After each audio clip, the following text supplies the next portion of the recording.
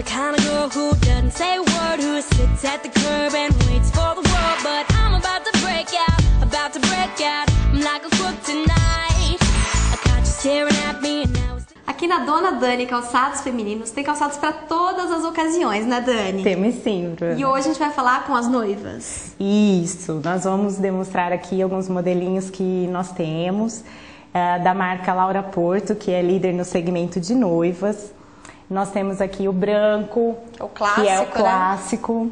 Né? Lindíssimo. Esse modelo, as noivas se apaixonam, porque ele pode ser usado com um vestido mais trabalhado, com um vestido mais bordado, deixa muito bonito. Lindo esse laço, né? Um charme.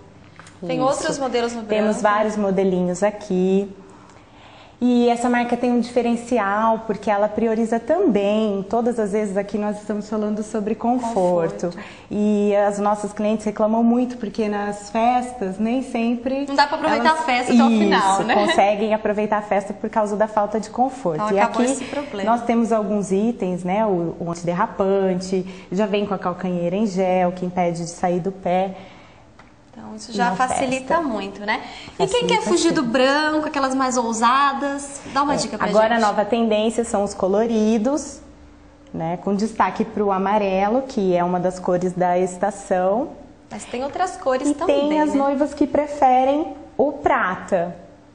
Também é clássico, né? Combinando com acessório, né, Dani? Ah, sim, que normalmente elas vão usar pedras, né, strass, e aí o prata combina bem. Isso. Lembrando que não só para as noivas, tem também para as madrinhas, né? Para as festas em geral. Inclusive esse que eu tô usando é um sapato festa, né? Muito bonito, da Laura Porto também.